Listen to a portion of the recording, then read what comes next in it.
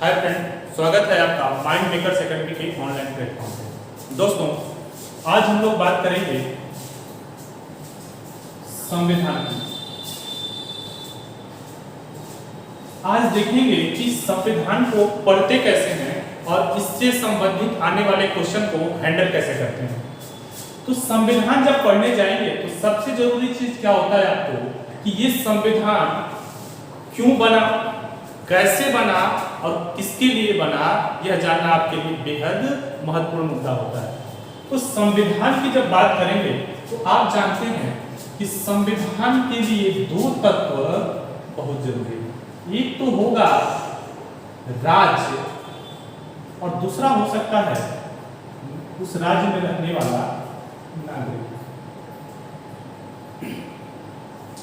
तो राज्य और नागरिकों के बीच में हम अंतर संबंध कर रहे हैं। कहने का मतलब है संविधान जब हम पढ़ने की कोशिश कर रहे हैं तो एक तरफ देख रहे हैं राज्य और दूसरी तरफ देख रहे हैं नागरिक। इन दोनों के बीच क्या संबंध है संविधान का, उसको समझने की कोशिश करेंगे। तो आप जैसा कि संविधान के डेफिनेशन को भी आप देखेंगे तो आपको लगेगा कि संविधान कहीं न कहीं राज्य और उसके अंतर्गत रहने वाले नागरिकों के लिए प्रावधानों का ही अध्ययन है। तो हम समझेंगे कि संविधान है क्या। देखिए, अगर संविधान को समझने की कोशिश करेंगे तो उसमें लिखा हुआ है साफ साफ कि यह एक ऐसा वैधानिक दस्तावेज है जिसमें राज्य कैसे नागरिकों के ऊपर शासन करेगा इसकी व्यवस्था करी गई है। तो देखते हैं कि संविधान में क्या क्या व्यवस्था करी गई है और संविधान कब बना, कैसे बना और इसके पीछे की क्या क्या कहानी रही है, सबको देखने की कोशिश करेंगे। तो आप क्या देखेंगे संविधान में? संविधान में आप देखेंगे कि संविधान का इतिहास क्या है। अर्थात संविधान एक दिन में तो बना नहीं, निरंतर या कह सकते हैं कि बहुत दिनों के प्रयास के बाद संविधान बन करके आपके सामने आया है। तो बहुत दिनों तक प्रयास हुआ संविधान बनने में, या कह सकते हैं कि इसका एक इतिहास रहा है। तो इसके ऐतिहासिक बैकग्राउंड को भी जानेंगे और इसको आप जब पढ़ेंगे तो इसका नाम होगा भारतीय संविधान का इतिहास या भारत के संवैधानिक विकास का इतिहास।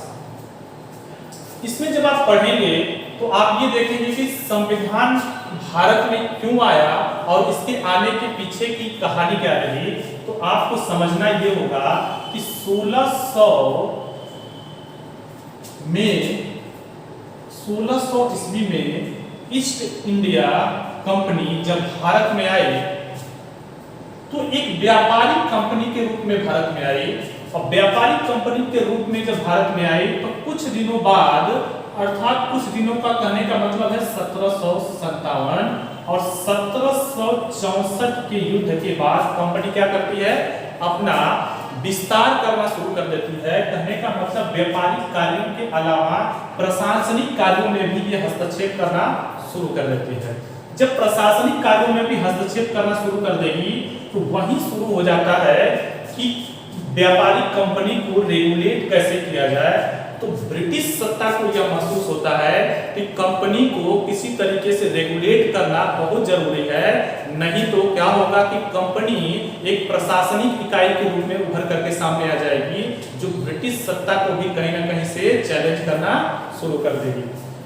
तो देखते हैं ऐसे में कि ब्रिटेन की सरकार क्या कर रही है। तो ब्रिटेन की सरकार के बारे में आप देखेंगे तो सबसे पहले 1773 में ब्रिटेन की सरकार ने कंपनी को रेगुलेट करने के लिए एक एक्ट लाया और इस एक्ट को ला करके कंपनी को पहली बार रेगुलेट करने के लिए प्रयास किया गया। वहीं कुछ दिनों बाद आप देखेंगे कि 1784 में भी एक एक्ट आया। कुछ दिनों बाद देखेंगे कि 1793 में भी एक एक्ट आया। 1793 के बाद 1813 में भी एक एक्ट आता है, 1833 में भी एक्ट आता है और 1853 में भी एक्ट आता है। 1853 के एक्ट के बाद जो भारत की प्रशासनिक व्यवस्था है वो कहीं ना कहीं ईस्ट इंडिया कंपनी के हाथों से निकल करके ब्रिटिश क्राउन के हाथों में चली जाती है और ब्रिटिश क्राउन अपने तरीके से फिर से भारतीय भूभाग पर प्रशासन करने की व्यवस्था शुरू कर देता है। तो 1853 के बाद देखेंगे आपके पास, तो 1858 में ब्रिटिश क्राउन के द्वारा एक रूल और रेगुलेशन लेकर के भारत में आया जाता है। फिर देखेंगे कि 1862 में एक एक्ट आता है, फिर देखेंगे आप 1892 में, फिर देखेंगे आप 1892 के बाद आप देखेंगे 1909 में एक एक्ट आता है, 1919 में आता है, 1935 में आता है और 1947 में स्वतंत्रता अधिनियम लेकर के ब्रिटेन की सरकार आती है और भारत को स्वतंत्र कर देती है। तो ये सब भी हम देखेंगे किसमें, भारत के संवैधानिक विकास के इतिहास में। और इसको जब हम देख लेंगे तो आपको यह पढ़ना बहुत जरूरी होगा संविधान में कि भारतीय संविधान जब बनने लगा तो उसको बनाया किसने। तो इसको जब आप पढ़ेंगे तो आपको पढ़ना होगा कि संविधान सभा क्या थी और संविधान सभा के द्वारा कैसे संविधान का निर्माण किया गया। तो इसको जब आप पढ़ेंगे तो आपको पढ़ना ये होगा, या आपके एग्जाम के पॉइंट ऑफ व्यू से सबसे जरूरी जो मुद्दा ये होगा कि संविधान सभा की मांग किसने की और संविधान कैसे बना और किनके द्वारा बना गया। तो एक तरफ आप देखेंगे कि भारत के लोग हैं और दूसरी तरफ आप देखेंगे ब्रिटेन के लोग हैं। जो भारत के लोग हैं वो क्या कर रहे हैं कि संविधान सभा की मांग कर रहे हैं और मांग किससे कर रहे हैं, ब्रिटेन के लोगों से, अर्थात ब्रिटिश गवर्नमेंट से ये लोग डिमांड कर रहे हैं कि हमारे देश में एक संविधान सभा का गठन किया जाना चाहिए जिसके माध्यम से क्या होगा, संविधान का निर्माण किया जाएगा और भारत में संवैधानिक व्यवस्था के तहत लोकतंत्र की स्थापना करने की बात कर रहे हैं। अभी भारत में अगर देखेंगे तो सबसे पहले 1895 में बाल गंगाधर तिलक ने स्वराज विधेयक के माध्यम से यह मांग रखी। उसके बाद आप देखते हैं कि गांधी ने 1922 में हरिजन पत्रिका के माध्यम से यह बात लोगों तक पहुंचाया कि भारत में एक संविधान सभा होनी चाहिए जिसके तहत संविधान का निर्माण किया जाना चाहिए। वहीं आप देखेंगे कि मोतीलाल नेहरू भी 1924 के आसपास मांग करते हैं। आप देखेंगे कि कांग्रेस भी समय समय पर कहने का मतलब है कांग्रेस अधिवेशन के द्वारा भी समय समय पर मांग की जा रही थी। तो एक तरफ आपको देखना है कि भारत के लोग क्या सोच रहे हैं, अर्थात भारत के लोगों के द्वारा क्या मांग की जा रही है, और दूसरी तरफ देखेंगे कि ब्रिटेन में बैठे हुए सत्ता पे जो लोग हैं वो लोग भारत के बारे में क्या सोच रहे हैं। तो आप देखेंगे कि 1942 में एक क्रिप्स मिशन आता है और क्रिप्स मिशन के माध्यम से पहली बार संविधान सभा के लिए व्यवस्था करने की बात कही जाती है, लेकिन भारतीय इसे अस्वीकार कर देते हैं क्योंकि इसमें पूर्ण स्वराज की बात नहीं कही गई थी, इसलिए भारतीयों ने इसे अस्वीकार कर दिया था। 1942 के आसपास आप देखेंगे कि विश्व राजनीति में सेकेंड वर्ल्ड वॉर चल रहा है। ऐसे में चर्चिल जो है युद्ध में व्यस्त है और देखेंगे कि 1945 में जब वर्ल्ड वॉर समाप्त होता है तो चर्चिल युद्ध तो जीत गए होते हैं, लेकिन जब उसी समय ब्रिटेन में चुनाव होता है तो चर्चिल चुनाव हार जाते हैं और चर्चिल जब चुनाव हार जाएंगे तो उनकी जगह कौन लेगा, तो वहां पे एक प्रधानमंत्री बन करके आएंगे जिनका नाम होगा क्लाइवेंट एटली। क्लाइवेंट एटली क्या करते हैं कि 1946 में कैबिनेट मिशन भारत में भेजते हैं और 1946 में जो कैबिनेट मिशन है वो क्या करेगा कि भारत में कैसे संविधान बनेगा, अर्थात संविधान सभा में कौन लोग शामिल होंगे उसकी व्यवस्था करने की बात करता है। और ये कहता है कि जब संविधान बन जाएगा तो भारत को आजाद कर दिया जाएगा, अर्थात भारत को स्वतंत्रता दे दी जाएगी, तो कहीं ना कहीं पूर्ण स्वराज की बात करता है वो 1946 का कैबिनेट मिशन, और उसमें कहा जाता है कि 389 सदस्यों का चुनाव करके आपको क्या करना है, संविधान सभा के लिए सदस्यों का चुनाव करना है। अर्थात 389 सदस्यों को ये कुछ कैटेगरी में बांट देते हैं और कहते हैं कि एक तो होगा ब्रिटिश प्रांत, जहां से सदस्य चुन करके, जहां से सदस्यों का चुनाव होगा और सदस्य चुनाव के माध्यम से क्या करेंगे, संविधान सभा में पहुंचेंगे। दूसरा होगा ब्रिटिश प्रांत के अलावा देसी रियासत, जहां राजा रजवाड़े होंगे। और तीसरा होगा चीफ कमिश्नरी, अर्थात चीफ कमिश्नरी से भी कुछ सदस्य चुन करके जाएंगे।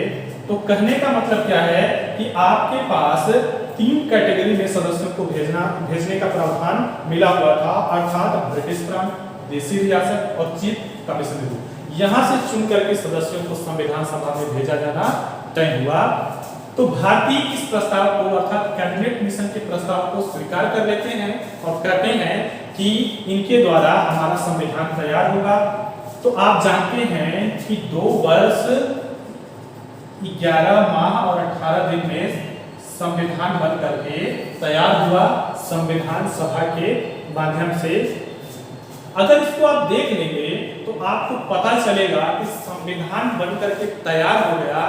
जब संविधान बन के तैयार हो गया तो उसमें आपको फिर पढ़ने की जरूरत पड़ेगी, और संविधान बन के जब तैयार हो जाएगा तो उसमें आपको पढ़ने की जो जरूरत होगी ये वो होगी कि संविधान में प्रावधान क्या है, अर्थात सरकार को संविधान के द्वारा क्या निर्देश दिया गया है।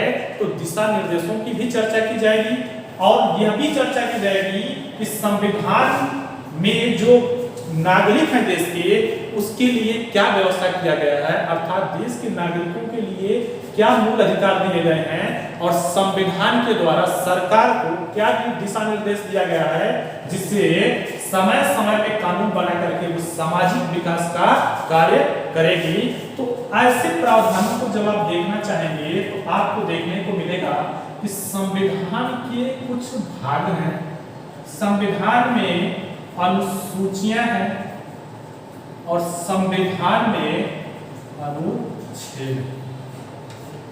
तो कहने का मतलब सीधा सा यह है कि जब पूरे संविधान को आप पढ़ना चाहेंगे या आपके दिमाग में यह चल रहा होगा कि संविधान हमको पढ़ना है, तो आपके दिमाग में एक रोड मैप क्रिएट हो जाएगा कि हमें संविधान में क्या क्या पढ़ना है।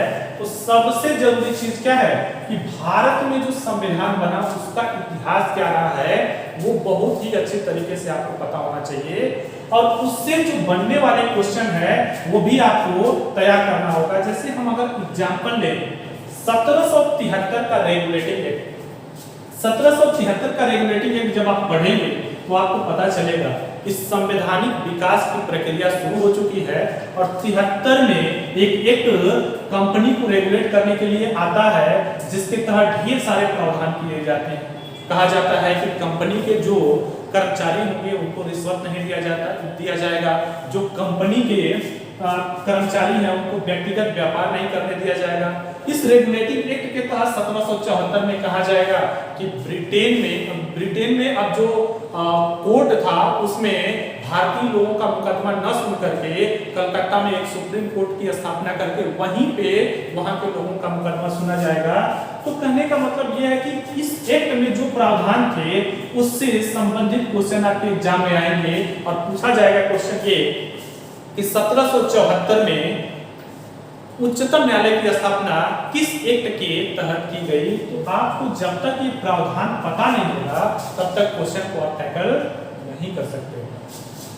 अगला मुद्दा जो संविधान सभा का होगा उससे भी बहुत सारे क्वेश्चन पूछे जाएंगे कि किस प्रांत से कहां से कितनी सीटें थी, कौन कैसे जीता, या कहा जाएगा कि इसमें जो पार्टियां थी, जैसे हम बात करें भारतीय राष्ट्रीय कांग्रेस, मुस्लिम लीग और छोटे पार्टियों की, तो उससे भी क्वेश्चन आपके एग्जाम में आते हैं। तो इसके भी फैक्ट आपके दिमाग में चलने चाहिए, और इससे जो फैक्ट होगा वो बिल्कुल आपको रटा होना चाहिए ताकि एग्जाम में क्वेश्चन आए तो आप आसानी से उसको हैंडल कर सकें। और सबसे महत्वपूर्ण मुद्दा है कि प्रावधानों को कैसे याद किया जाए, अर्थात जब संविधान को खोलेंगे तो उसमें लिखा होगा भाग 1 और भाग 1 में लिखा होगा कि संघ राज्य क्षेत्र, और संघ राज्य क्षेत्र के बारे में अगर आप पढ़ना चाहेंगे तो सारे डायमेंशन को कैसे तैयार करें तो उसको भी समझने की कोशिश करनी पड़ेगी आपको। अगर हम देखें एग्जाम्पल के तौर पे भाग को ही याद करने के लिए तो आप समझिएगा उसको कैसे याद किया जाएगा या कैसे समझ करके एक समझ विकसित आप करेंगे। तो इसमें देखिएगा अगर भाग की बात करें तो जो संविधान सभा में भाग बना रहे थे या संविधान सभा में जो लोग बैठे हुए थे जब संविधान का निर्माण कर रहे थे तो उन्होंने कहा कि भाग 1, 2, 3, 4 में ऐसी व्यवस्था कर दी जाए ताकि तात्कालिक समस्याओं से मुक्ति मिल सके, अर्थात उस समय की जो सबसे महत्वपूर्ण समस्या थी उसको निपटने की कोशिश उन लोगों ने किया और कहा कि भाग 1 में कहा जाएगा कि संघ राज्य क्षेत्र, अर्थात जिस देश की स्थापना करने जा रहा है, जिस देश की संकल्पना लोगों ने किया है उसका क्षेत्र क्या होगा, उसके भूभाग क्या होंगे, तो उसको निर्धारित कर दिया गया। अर्थात कहा गया कि भारत इस तरह से अगर है तो संपूर्ण भारत को कहा जाएगा कि ये संघ होगा। इसमें जो राज्य बनेंगे उसको राज्य की संज्ञा दी जाएगी, जो राज्य नहीं होगा जिससे संघ का डायरेक्ट कंट्रोल होगा जैसे अंडमान निकोबार, लक्षद्वीप, उसको कहा जाएगा कि ये क्षेत्र है। कहने का मतलब ये है कि संघ राज्य क्षेत्र की संकल्पना हो चुकी थी और कहा गया कि आप यह देख लीजिए कि ये संघ होगा, राज्य होगा और क्षेत्र होगा, अर्थात उसका पूरा भूभाग क्या होगा यह निर्धारित कर दिया गया। दूसरा महत्वपूर्ण मुद्दा नागरिकों से संबंधित इन लोगों ने समझ लिया और नागरिकों के क्या मूल अधिकार होंगे इसके बारे में भी कह दिया गया और नीति निर्देशक तत्व के माध्यम से कैसे सामाजिक विकास किया जाएगा उसकी भी बात इन लोगों ने 1 से लेकर के 4 भाग में कर दिया। अब इसको अगर हम बना दें खंड 1 तो आपको समझने में आसानी होगा। अर्थात खंड 1 में उस समय के तात्कालिक या जरूरी मुद्दों को सॉल्व कर लिया गया। उसके बाद खंड 2 में देखेंगे आप तो कहा जाएगा कि इन सब चीजों को रेगुलेट करने के लिए या सरकार को ये संघ जो है या राज्य है जो क्षेत्र है इनको चलाने के लिए जो सरकार होगी वो कैसी होगी। तो आप देखेंगे 5, 6, 7, 8, 9 और 10 तक लेकर सरकार के बारे में लोगों ने चर्चा किया अर्थात कहा कि 5, 6, 7, 8, 9, 10 में सरकार के बारे में उल्लेख होगा कि विभिन्न प्रकार की सरकार जो होंगे या जो सरकार का रोल होगा जनता के विकास के लिए या जनता और सरकार के बीच में जो अंतर संबंध होगा उसको समझने के लिए आपको 5 से लेकर के 10 के बीच में सरकार के बारे में जानना जरूरी होगा। तो 5 में कहा गया कि एक होगी केंद्र सरकार अर्थात पूरे भारत को जो देखेगी वो सरकार कहलाएगी केंद्र सरकार, अर्थात कहा गया केंद्र सरकार की कार्यपालिका। 6 में कहा गया राज्य सरकार की कार्यपालिका और 7 को समाप्त कर दिया गया है, ये अपने दिमाग में रखिएगा। 8 में कहा गया केंद्र शासित प्रदेश का प्रशासन। 9 में कहा गया पंचायत और 10 में कहा गया अनुसूचित क्षेत्र एवं जनजाति क्षेत्र का प्रशासन। तो मेरा मुद्दा ये है कि जब आप संविधान पढ़ना चाहेंगे या संविधान पढ़ने की जिज्ञासा जब आपको होगी तो आप पढ़ेंगे उसके संवैधानिक विकास को, संविधान सभा को, प्रावधान को और एक एक डायमेंशन को जो पढ़ना शुरू करेंगे तो आपको बिल्कुल द पॉइंट समझ करके पढ़ना होगा। और जो संविधान का पूरा प्रारूप था, जो सारी व्यवस्थाएं थी उसको हमने इस चार्ट के माध्यम से देख लिया है और अगले क्लास में जब हमारी आपसे मुलाकात होगी तो हम किस पे बात करेंगे कि संविधान के किसी एक पहलू को उठाएंगे और डिटेल में उसका अध्ययन करेंगे। तो आज के क्लास में आपसे इतनी ही बात करेंगे, अगले क्लास में संविधान के अन्य पहलुओं पे भी हम बात करेंगे। धन्यवाद।